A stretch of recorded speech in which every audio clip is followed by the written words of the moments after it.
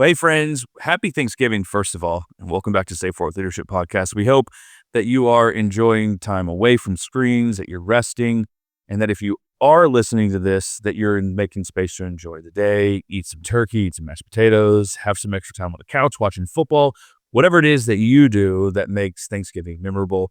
And we've got some great content for you today. We have pre-recorded this episode, and today we're going to be talking about habits. I've got Alan here. And we're going to be talking about 7 habits that are really saving his life. But we believe the habits change us for good or ill. Good or bad, habits will shape you. James Clear talks about how we fall to the level of our systems, and I watch this with leaders all the time. We have the best of intentions, but it's the small, repeatable things that continue to bring us the results we want. Over time, they actually shape our identity, not just our impact. If you know Alan, you know he's big on getting practical and simple. Demystifying things is something you hear us talk about all the time on the podcast. I'm going to interview him about highly practical habits that are helping him every week. You're probably doing some of these well, and you can learn from others. Remember, what gets recognized gets repeated, and what gets celebrated turns into a habit. We get it. You're busy. You want to grow, and we want to help. You're passionate about your craft because it deeply matters to you. Your faith is important. It's your foundation. At Stay Forth, we coach leaders to avoid burnout, live and lead with clarity, purpose, and from a place of health. We want you to experience long-term impact. Welcome to the journey. Alan, glad to have you here today. Man, this one's going to get really personal. It is. And I figure if these things are like literally actually moving me forward and changing my life, then they can change other people's lives. And I just think this is a great time of year to focus back during the holidays on what truly matters. We don't want to lose sight of that. We don't want our families to suffer. We're over the fall push. It's a great chance to breathe, like you're saying, watch some football and all that.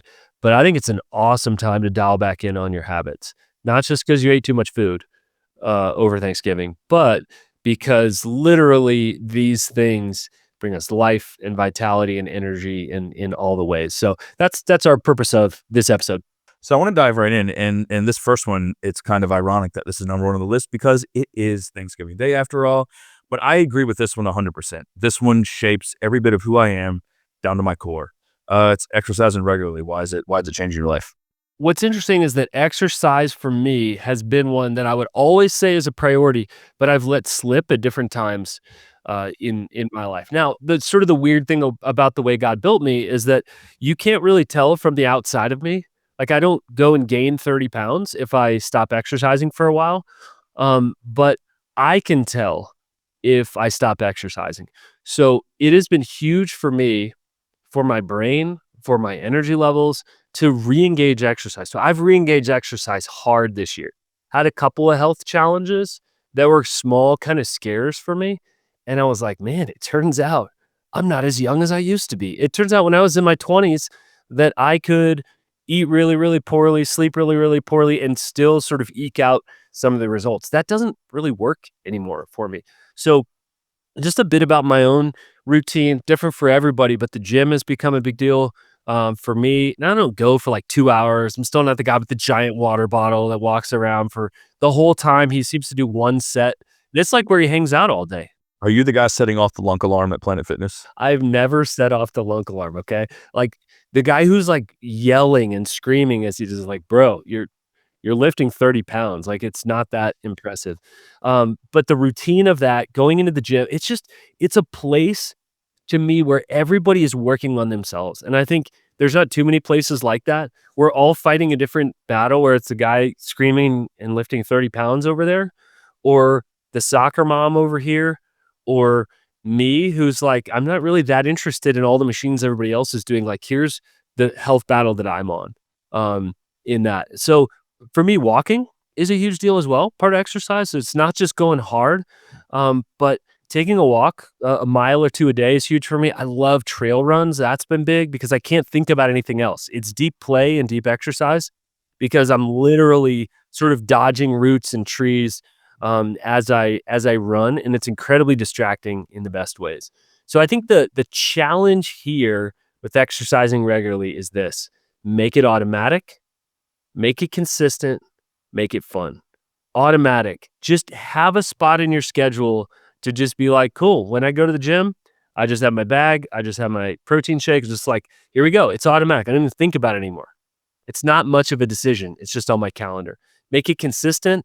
Make it on your calendar. If it's Monday, Wednesday, Friday, whatever that is for you, that's been huge for me. Just scheduling it in. And lastly, if I can make it fun, then exercise is a whole lot more likely to happen. So that's the invitation. That's the challenge. Physical exercise is a catalyst for so much that's good in our lives. And I know it for me, like you said that, you may not always notice it physically if you slip on working out. And I can say that's true with me as well. But where I first notice it is here and in here. Like things start to get wonky and then I'm just off. I tend to feel more tense when I wouldn't normally be, more reactive when I wouldn't normally be. But if I make the time to schedule that in, and something that's manageable, like everything just seems to is so much more rhythmic moving through the days and weeks. So number 2 is a big one. And this is one that I've really started paying attention to recently in my own life. But you say getting sleep time and rise time. Let's talk about that. Why is it important? All right. So, and I would add getting consistent sleep. Getting consistent sleep. I used to, again, back in my 20s when I could recover easily, there's a huge margin for error. I used to not sleep as much during the week and then I could just crash on the weekends. And what I've found is that's not actually that helpful for my brain and my body, but consistent sleep's important. So setting a consistent to sleep time and a consistent rise time. I say that with an asterisk. My wife has a hard time sleeping. I know a lot of you are like, that would be nice, but I lay awake for 3 hours. That's a huge challenge. I'm not a sleep expert. And I'm really sad for you if that's a challenge you face. It's super hard. But if you could set a consistent sleep time and rise time in that, then your whole life can sort of go off of that axis to know here's what time I start working and here are my morning routines and all those kind of things. The reality is our days start the night before as we prepare for the day and then as we get our sleep, not that morning when I open my right side of journal. What am I supposed to do today? So sleep time and rise time. Here's the challenge, not just getting enough sleep, but the challenge here is truly being consistent and like shutting off the TV or shutting off email or shutting off whatever that's important to you and making sure you stay consistent with it because it's usually important. Second part of the challenge here is I think trying to catch up later is so hard because you end up living life on defense. If you're always tired, which is basically me during college, if you're always tired, then you're always sort of looking for, oh, when's my next time to sleep in or when's my next nap? And you're literally living from a deficit or living life on defense. I want to live life on offense. I want to live life as well rested as I can be. Not to say I get 9 hours of sleep every day, like a pro athlete might, but like I need my brain to be really sharp if I'm doing really good coaching work. If I'm creating content that I believe brings life and vitality and wisdom and energy to other people, then I really better be taking care of myself. So I think the true challenge is that we need to invest in ourselves proactively enough that we actually have enough to give as leaders the next day. I'm definitely not an 8 or 9 hour sleeper. 7 hours is usually my sweet spot. And if I don't get that, like I'm playing catch up all day the next day. Just trying to get my morning routine seems to be bunched up. Everything is starting behind and it's like trying to race through traffic during rush hour and you're not always going to have that. It's not perfect, but use it is as consistent as you can be with your sleep is right up there with physical health for me. Next one for you is scheduling family time proactively. Let's talk about that for a minute. Anything we care about, we need to be scheduling in ahead of time. So we were talking about exercise. I know sleep, just literally say, here's when I sleep. Here are my sleeping hours versus, we'll see what time I go to bed tonight versus tomorrow night. Family time for me is something that is hugely important. And over the last several years, I've started scheduling that, whether it's a date with my oldest daughter to, go get tacos and catch back up on her life and how her work is going, or my Thursday fun night with my youngest two to make sure every Thursday we're just reinvigorating fun and joy and laughter together into our lives, whether that's my wife and I's date nights. if I don't schedule family time proactively, it can just be gone. That's how life works. And so what I realized several years ago was if I am scheduling that really important meeting or that income producing session with somebody or a speaking engagement, how much more should I be proactive with scheduling family time? And maybe that's like a weekend away with your spouse that if you don't schedule it, you'll never get to it. Maybe that's budgeting for that vacation. But I'm talking about the little things here in most of this. So my wife and I have weekly scheduling meetings. So every Sunday night, it's not like exciting to us, but it's vital to us to schedule out not only kids' pickups and different things we're going to do as a family, but like, ooh, man, I don't have much space for exercise this week. I need to get creative because this thing overtook it. And we have this thing over here. We have time to do that. So every Sunday night, we take about 45 minutes and schedule out the week. And we kind of look ahead a few months as well. Fun times with your family, make sure to schedule that out. Life gets really serious and really dry sometimes, especially in the middle of winter. Just scheduling in fun, blocking off kids' events. My daughter recently said, Dad, can you come on this big field trip we have this year? Like as soon as the date comes out, let me know so that I can actually block that off of work and be able to come along because I want to be that dad. They can ride along in the bus and go along to field trips. Here's the challenge. We don't schedule it like we schedule business stuff. That just feels wrong to me. It sits wrong to me. We don't schedule family stuff like we schedule business stuff. And so we would say family matters more. The reality is we treat business and income producing things like they matter more. And so for me, proof's in the pudding.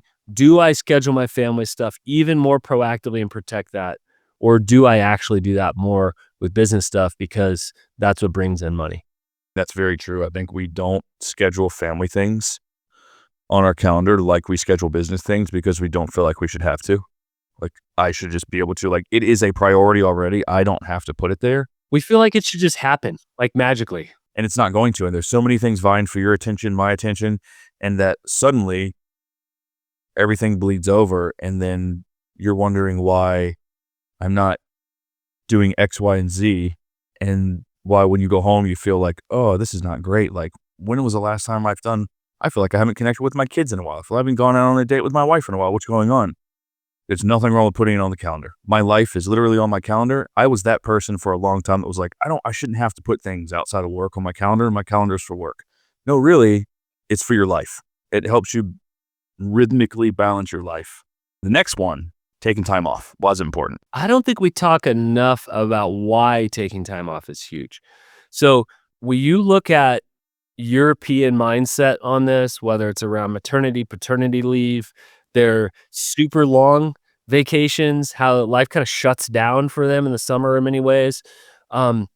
It's important to look. So I'm kind of looking at three different areas: Sabbath, and then just general extra days off, and then vacations, so large blocks of time. All three of those matter. The good news is Sabbath is coming each week for us. The question is, do we choose to receive it or not? Extra days off. Somebody may say, oh, I've been running like crazy the first 2 months of fall. September and October can be nuts. I'm like, when are you going to schedule a day off in early November?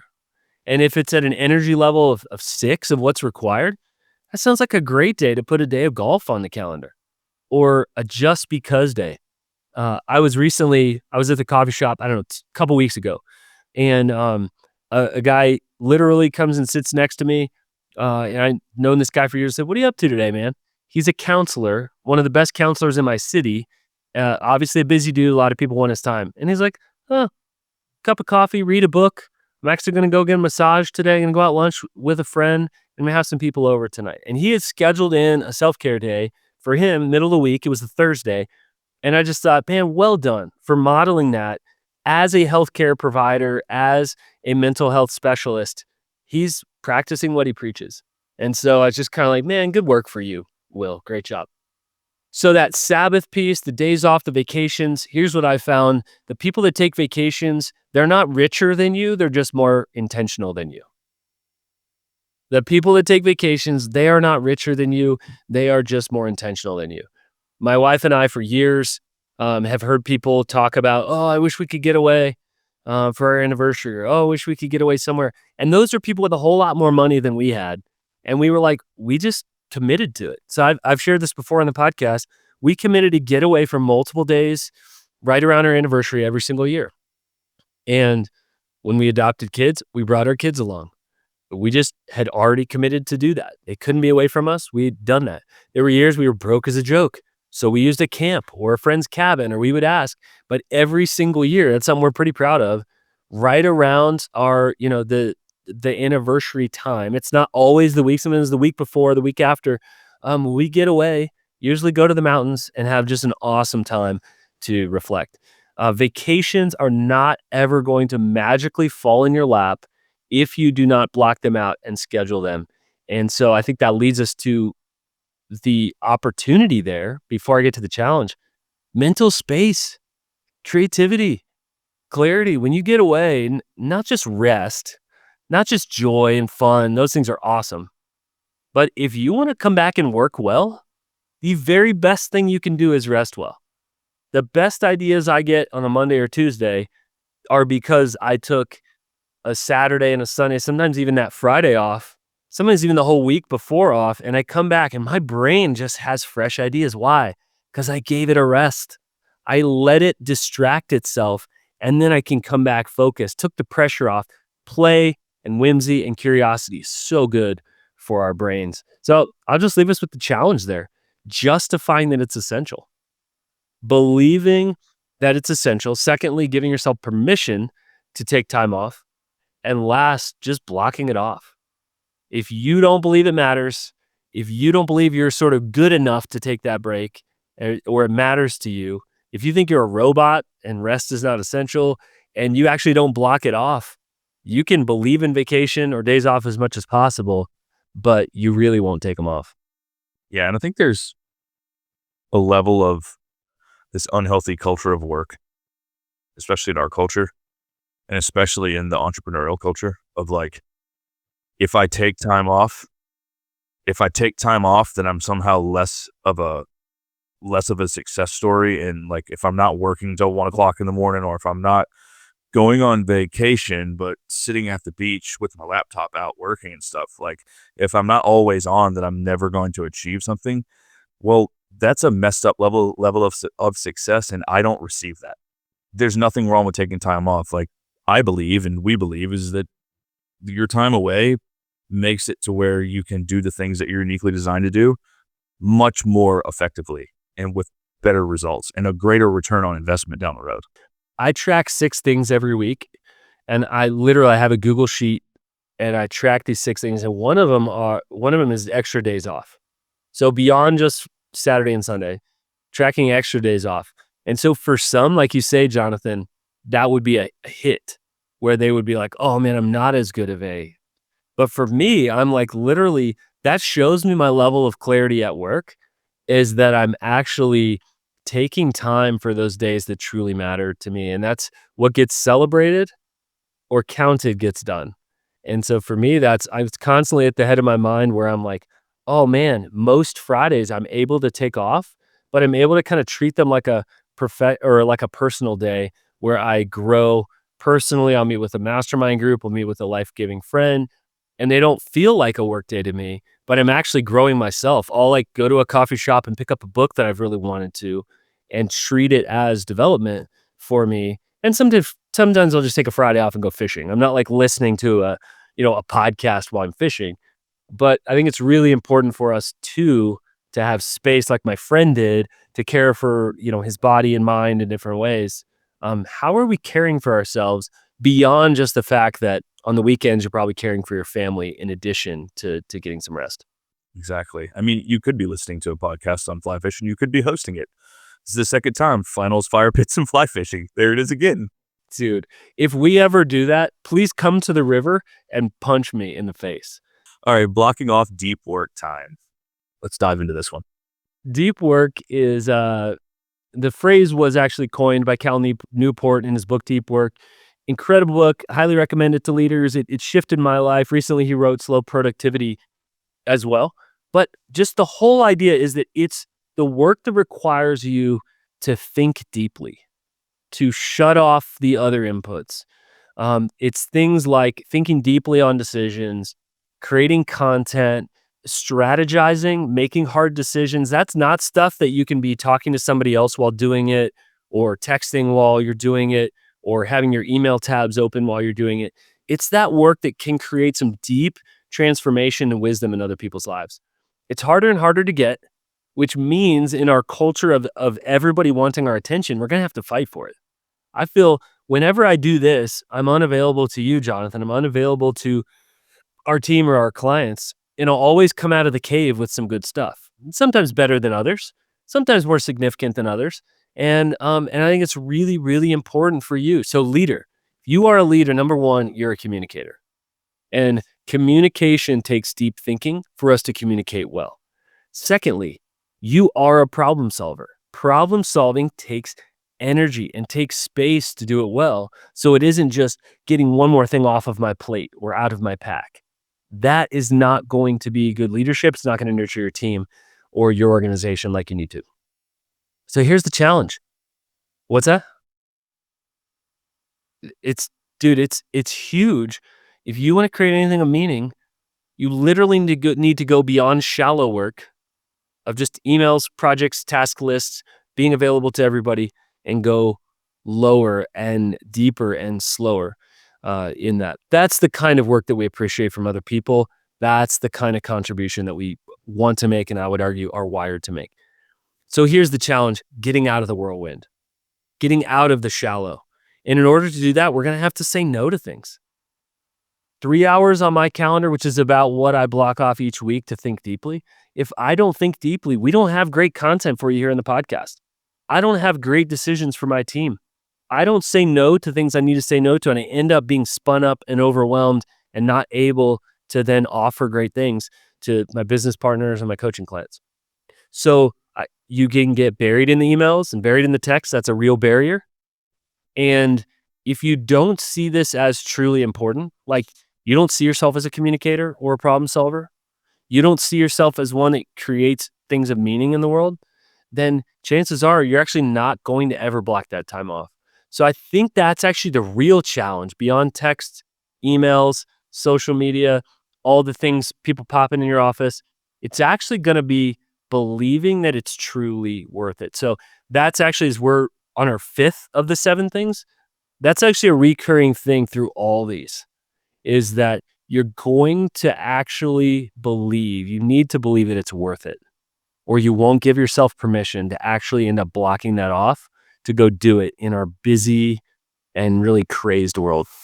You talk about getting really practical and needing to do all these things. I think this one right here, and I'm glad this one made the list, is probably the most practical. Well, this is how you do it. Use your right side up journal every day. So what's your process for using it, and why is it changing your life? All right. So we created the right side up journal. And at first I thought I created it for coaching clients. Turns out I created it for people like myself. So the right side up journal, I'll show you the front of it if you're over on YouTube, which subscribe if you're not. The front of the right side up journal, it's gray. You can find it on Amazon. This for me, I just store it in a leather case so it doesn't quite get so beat up in my backpack.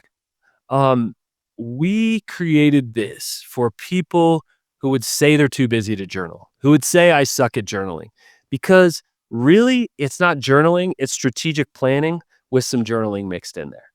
And this sort of tricks me into some of the prompts and ideas. So as we record this, this is actually on a Tuesday, and I open this up. Tuesdays are for reflection. And there are 1, 2, 3, 4, 5 different prompts on the right side. And so my day started with about 10 minutes on the left, and I worked through my day. I wrote down the things I'm doing, but then the right side of my brain, dreaming and creativity. And the first one was about gratitude, things I'm grateful for. And I wrote down 3 different things that changed my brain chemistry starting in the day. I don't know how you quantify that, because that right there changed my day to say, I get to live this life. I'm not trapped inside this life. I can't believe that I get to do what I get to do. So it's a big deal. I do that daily, and I do that weekly. Daily, it's about 10 minutes. And the reality is a lot of things are pre-scheduled on my phone from coaching clients and from my team. So I will literally pull out my phone and I'll look at the things that are pre-scheduled on there. Things like exercise, things like family time afterwards, and I'll do the whole day, not just my work day. And I'll go through. Usually what happens, Jonathan, is I realize I can't do everything I want to do. But here are the things that I am signed up to do. I'm stewarding today, so I have my right side journal in my phone, and I'll just write those things out. Something happens as I write those things out. And I go, all right, I'm going to be faithful to these things, these people, these projects. And it narrows my focus for the day. I don't need to do 100 things. These 6 or 7 are key. And then the one thing I must get done today, like the most important thing. And so if I just kind of randomly open this up, the one thing I must accomplish today, one day, was be really clear with my goals and with my schedule. The other one was reflect deeply for 6 hours. On another random day, it was get my team the information they need to succeed. So each day is a little bit different. So that's each day. Each week is huge. So in addition to our weekly planning time with my wife and I look back at the week before, celebrate the wins, and maybe I didn't get everything done that I hoped, and I can clarify those things. And then I literally turn the page on the next week, and that gets me proactive and prep for the next week. I could not be a bigger fan of this. Well, how do you know? Well, because I use it every single day. And what I spend money and time on is my votes for what truly matters in my life. You know, there's a lot of people, not just Amazon reviews, but a lot of coaching clients and people that say, I'm 2 months into the Right Side Up Journal and it's now become a habit. Friends, please start. Please do this. We don't know a cheaper option to be able to do that and include some coaching tools and all that kind of stuff. We're not throwing this in here as an ad. We're literally throwing this in here because to me, when somebody asks, Alan, how are you doing all the things you're doing? How are you getting these things done? How do you still stay sane and care for your family? Like, that's essentially what I'm talking about this whole episode is like, these are the practices that I'm going to demystify. I'm not a superhuman. The people who I know who are high performers and I coach, they literally can tell you, here's my routine. Here are the things. And without making it visible and plain in my schedule, with the Right Side Up Journal, I wouldn't be able to routinize everything like I'm doing. You're right. It's not an ad. That said, if you're watching this on YouTube, please subscribe. You can click right in here. Or if you're watching and listening, you can click right in the show notes. It is the most practical, most well thought out, most highly curated, simple to use framework. Strategic planning hits the nail on the head for just about every leader out there. If you are tired of being lived by your life and then want to take control of it, give the Right Side Up Journal a try. This is our third edition of it. First one was good. Second one was better. This one is best. And here's the challenge. Most people, especially leaders, they're trying to hold all their priorities in their phone. And guys, our phone calendars are not meant to hold our priorities. Everything looks the same. There's not like a green piece that's like, these really matter. Care for your family well, care for your body, care for your mental health. These things don't matter that much. Everything looks the same. But I can circle things in here and I can put, do not miss this. This is why I live Tuesdays right here. This is why it matters for me to take off, close my laptop, and then go care for my family. Tonight, I actually will get to watch my daughter perform a new dance. And she's so excited that I get to go and see that. And so if I jack my priorities up and miss that, then I will disappoint the very person that I do not want to disappoint today. That's in my journal here. So that's a big deal to me. Most people are trying to hold their priorities in their phone calendars. They're not built for that. There's no mechanism also for the beginning of the week and for the end of the week we've found. And so this 45-minute time frame for me is probably my most effective leadership hour of the whole week. It is literally looking back on my last week and realize I accomplished a lot. I did the things I set out to do. Even though I didn't do everything, I did the things. And here's the challenge I got in front of me this next week. Here's the opportunity. It helps my brain sort that. I don't have the Sunday scaries anymore. I have the Sunday exciteds. I don't know. We need to come up with a word for that. But I don't have the Sunday scaries anymore. I actually have momentum heading into the week now.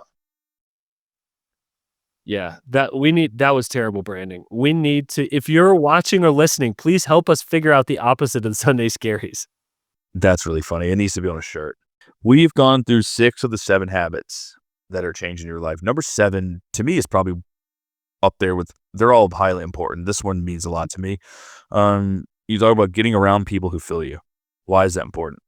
It's huge. Literally, who we are to other people and who other people are to us as communal beings is contagious. We are communal beings and we are contagious.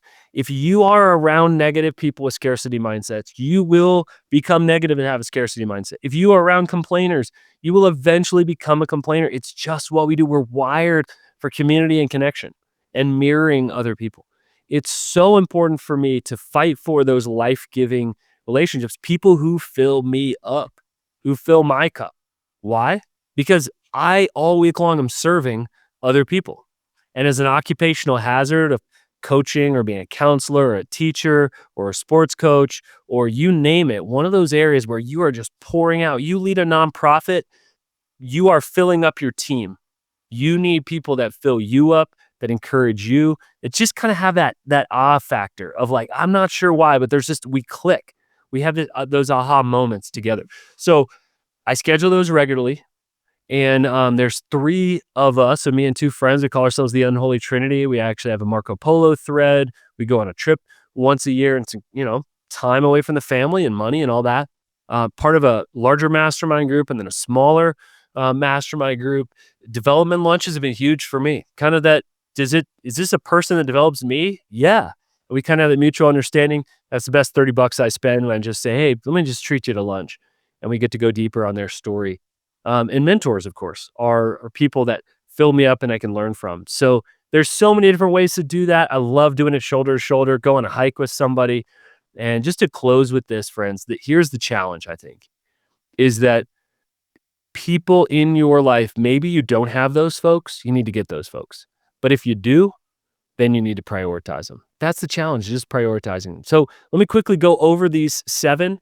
And if there's one of them that highlighted the surface, you need to put that in your life. These are all really, really simple. Exercising regularly, getting consistent sleep, scheduling family time proactively, taking time off, blocking off deep work time, using my right side up journal, and getting life-giving people around me on a regular basis.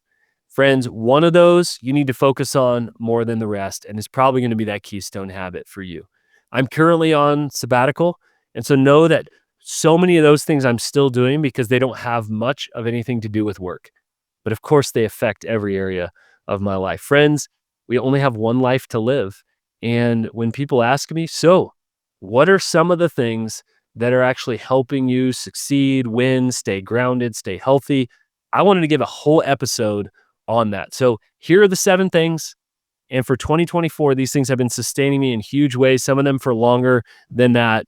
And we want to remind you, go grab the right side up journal because it'll help you to hold all 7 of these areas and even more. Guys, happy Thanksgiving. You're watching this. Just know that, yes, this is pre-recorded. Alan is, in fact, on sabbatical right now. We worked ahead, so he's not violating sabbatical to be here. But really and truly, happy Thanksgiving. Thank you from the bottom of our hearts. Our team at Stay Forth appreciate you. We know that you are doing a hard thing. So take this time away to rest, reflect, be with friends, be with family. If you've listened to this today, which we hope you have, but apply some of these principles to you. As Alan said, some of them you're probably doing well. A couple you're probably maybe missing the mark a little bit in, and just think through what are some practical ways that you can incorporate one of these to your life. One of those 7 could be the difference that could change the trajectory of your life and leadership. Friends, we appreciate you.